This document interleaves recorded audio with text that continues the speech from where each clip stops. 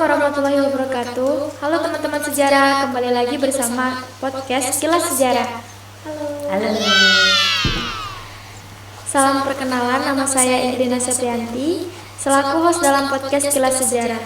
Di podcast ini, kita kedatangan narasumber yang luar biasa dan penuh wawasan mengenai sejarah Islam nih, yaitu Ibu Feralia Eka Putri. Halo Ibu. Beliau adalah seorang pengajar bidang studi sejarah di SMA LTI IGM Palembang sejak 2009 sampai sekarang. Selain itu, juga menyukai teknologi karena percaya bahwa sejarah adalah akar dan teknologi adalah sayap dalam menggapai pengetahuan.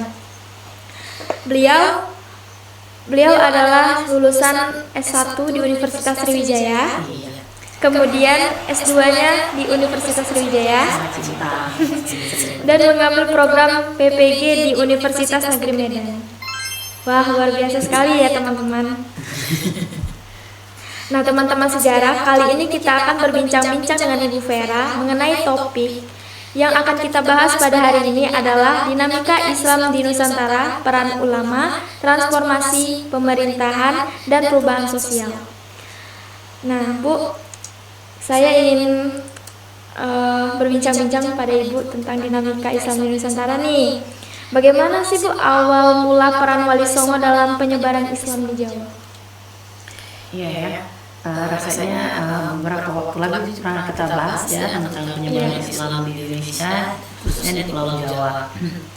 Di Wali Songo ada namanya Songo ya, ini khas memang hanya ada di Pulau Jawa. Jadi orang ada 9 ulama yang sangat aktif ya. Dan kita kenal dan Wali Songo buku ya.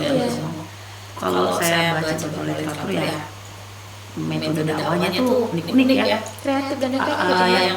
Ada yang pakai gamelan lah, ada yang pakai tarian lah. Istilahnya dapat disebutkan bahwa beliau-beliau para ulama tersebut mengikuti bagaimana untuk mendekati masyarakat setempat gitu ya, apa yang masyarakat sukai atau yang sedang bahasa kita sekarang tuh lagi viral ya sebenarnya, lagi hits ya. Nah itu yang dilakukan oleh ulama. Kalau mulanya ya pendeknya konsep ada 19 ya, Maulana Nabi Ibrahim. Jadi beliaulah mungkin ada sebutan lainnya kayak apa, Sunan Magribi gitu ya. Dan Gridik ya, itu memang daerah Gresik gitu ya. Jadi beliau datang dan katakanlah memang nggak yang samar-samar niat mau menyebarkan Islam gitu ya. Kan bukan ada tupoksi seperti itu, tidak. Tapi memang lagi perdagangan sebenarnya yang membawa Islam ini. Nah, jadi awalnya ini dengan berdakwah. Kalau yang pertama ya Sunan Maulana ini nih, Maulana Ibrahim ya. Iya. Dengan cara-cara bahkan ada yang pernikahan, dalam pernikahan dengan putri-putri kerajaan setempat gitu ya. Ya lagi ya tidak ada penaklukan gitu ya, harus disesuaikan ke anak didik ya. Ini materi masih materi kelas 10 ya kalau anak SMA. Iya benar. Seperti itu ya. Tapi kalau orang Jawa tuh senang main wayang gitu ya, senang tertentu yang bahkan mengajarkan Islam tuh lewat wayang gitu kan. Iya. Wayang kulit itu menceritakan kisah-kisah Islam dan menerangkan nilai-nilai moral. Ya? Benar. Jadi biasanya kan kalau orang wayang kan cerita Hindu ya tentang Mahabharata gitu ya, cerita. Tapi kan ada diselipkan dengan katakanlah ajaran Islam, bagaimana menentukan syahadat gitu ya. Ya meskipun lafal yang agak sulit kita ucapkan, makanya ada istilah sekaten, kan jauh banget ya dari syahadat ke sekaten. Yang mau tidak mau ya memang namanya adaptasi kan pelan ya, tidak langsung tiba-tiba gitu. Jadi awal-awalnya memang harus pendekatan ke masyarakat setempat ya, seperti itu. Nah, Wali Songo ini mendirikan pesantren-pesantren untuk mengajarkan ilmu agama Islam kepada masyarakat ya Bu? Iya benar. Jadi kalau pesantren-pesantren itu seperti yang pernah kita baca, mungkin Islam kan identik dengan mengajar di masjid gitu ya. Iya. Biasanya kalau masjid itu berdampingan dengan pesantren dan itulah fungsinya pesantren. Memang tempat anak-anak untuk belajar. Apalagi pada saat itu kan sekolah-sekolah kan ya belum ada gitu kan. Iya. Fungsi pesantren ini banyak, nggak cuma tempat orang belajar, tapi tempat orang bermuamalah di sebelahnya masjidnya. Ya, uniknya Islam ya lagi-lagi ya, jadi belajar, bermuamalah gitu ya. Pusat kotanya seperti itu gitu. Bahkan nggak sebut pesantren, bahkan di pasar pun bisa terjadi penyebaran gitu kan. Iya. Sebenarnya Melalui perdagangan. perdagangan tadi. Nah, Wali Songo ini menuliskan kitab-kitab berisi ilmu agama dan tasawuf seperti Sunan Giri dan Sunan Ampel. Benar ya, Bu? Iya. Saya nggak hafal tuh ya pada kitab-kitabnya. Ya ada terbaca ya. Iya. Kitab-kitab Sunan Giri sama Ampel. Bahasanya kitabnya itu bahasa ini ya, Arab Melayu, Iya. ada yang Arab Jawi ya. Iya. Nah, sayangnya itu kalau di level SMA memang tidak sampai mendetail ya, Iya.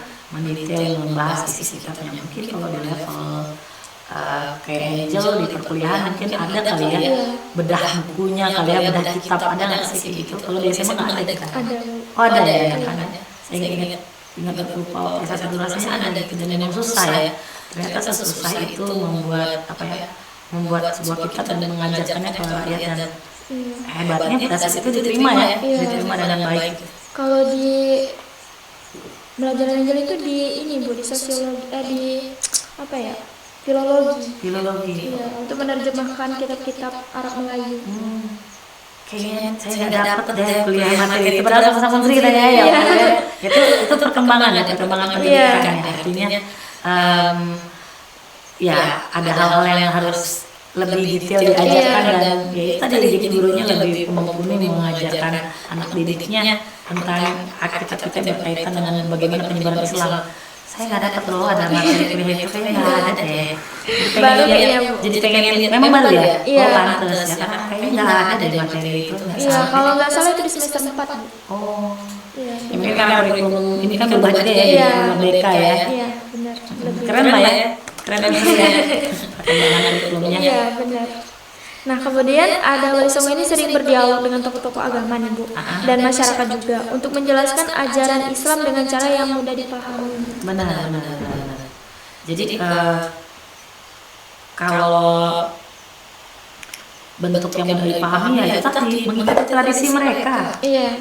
Jadi kalau yang mereka suka apa, ya itu yang dilakukan oleh para katakanlah oleh para wali songo atau berasal sendiri.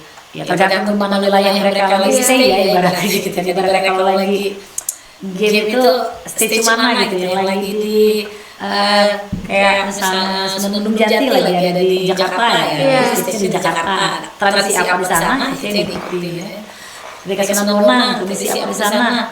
Kenapa gamelan yang beliau pilih kan? Sunan Bonangnya ya karena di sana lagi tren tradisi gamelan lagi-lagi memang kalau ditanya mengikuti apa ya, mengikuti tradisi apa yang ada di masyarakat supaya apa Menyesuaikan, iya adaptasi menyesuaikan.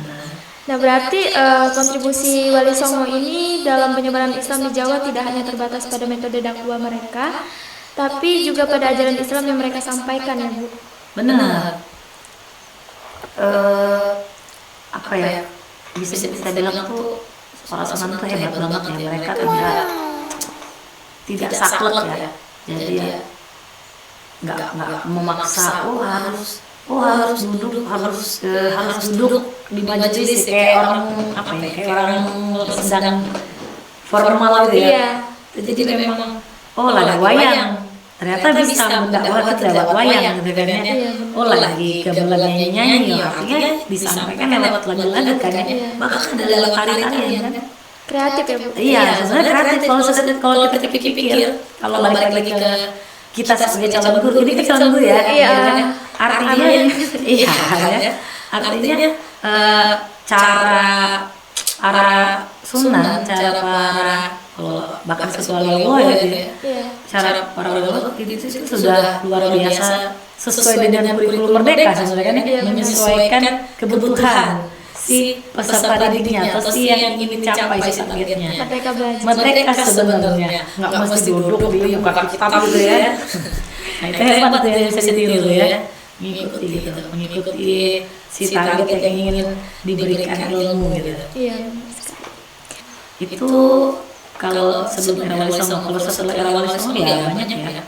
Ada Sultan Hamengkubuwono sendiri misalnya, itu beliau kan tidak termasuk di kategori Sunan ya, Sultan Hamengkubuwono dari Batam, tapi termasuk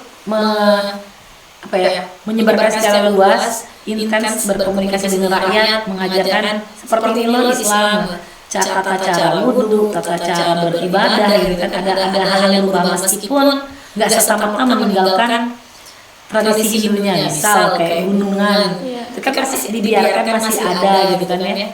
Tapi ya memulai gunungannya mengucapkan katakanlah ayat-ayat suci, meskipun pada kenyataan ada kontra ya. Disinilah istilah sinkretisme ya, perpaduan antara budaya dan agama yang kalau dalam Islam memang kita tidak boleh mencampur seperti itu. Namun kan kondisi para mubalik pada saat itu ya seperti itu ya, pelan-pelan mengajarkannya. Kalau sekarang ya saya rasa ya agak ngeri nih kalau bahas agamanya ya.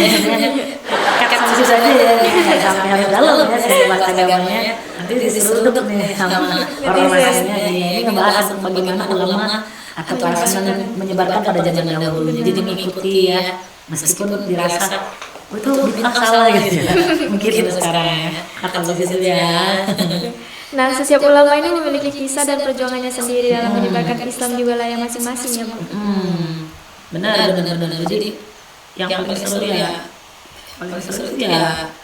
menurut saya kayak pakai gamelan-gamelan gitu. Itu paling seru, itu epic banget ya. Saya kalau itu tadi andai ada difilmkan atau apa gitu ya, bagaimana lah ya membayangkan atau ya bergamelan dan menyampaikannya, menerima respon rakyat itu apa gitu kan, hal yang baru itu apa itu, tetap main gamelan tapi lirik yang dibaca itu kan mengandung ayat-ayat Al-Quran ya.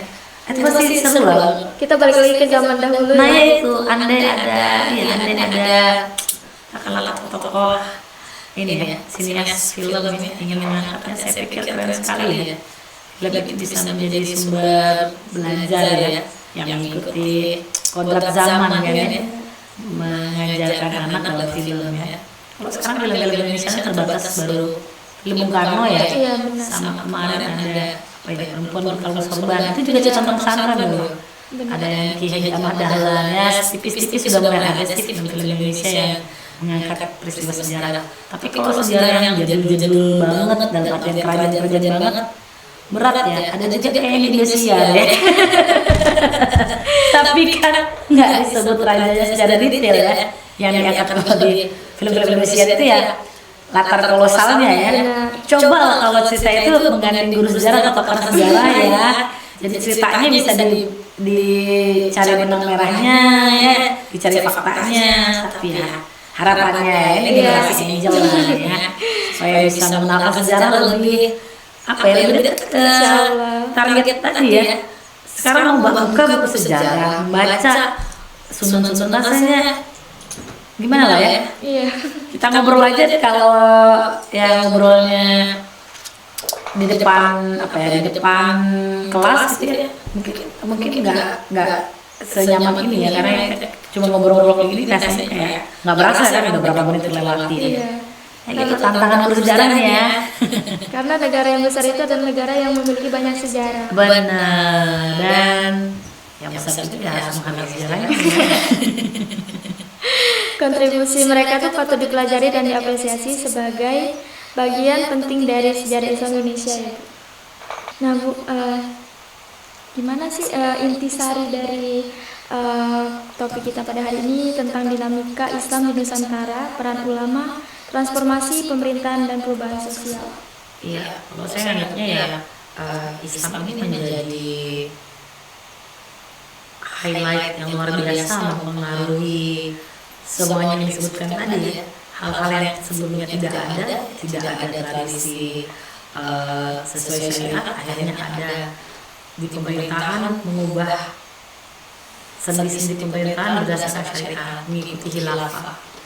ke masyarakat tradisi-tradisi mulai bergeser dari yang Hindu akhirnya bergeser adanya pengaruh Islam. Itulah kita sudah akulturasi dan sinkretisme tadi pasti bisa sebutkan kalau mau dibahas sangat panjang, tapi jelas sebenarnya. Oke, baik. Nah, mungkin itu saja yang saya dan teman-teman sejarah tanyakan, Bu.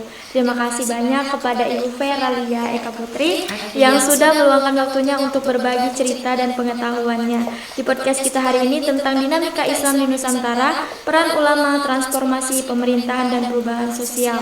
Pembicaraan kita hari ini sangatlah menarik dan informatif. Saya harap teman-teman sejarah yang akan mendapatkan banyak sekali manfaat dari apa yang telah kita bagikan dan telah Ibu Vera sampaikan pada hari ini. Terima kasih sudah mendengarkan podcast kami. Sampai jumpa, saya selaku host pemandu podcast Kilas Sejarah di Nusantara pada hari ini dan narasumber kita yang cantik ini Ibu Vera Lia Eka Putri. Terima kasih sudah meluangkan waktunya. Kami pamit undur diri. Wassalamualaikum warahmatullahi wabarakatuh. Bye bye. Dadah, sampai jumpa lagi.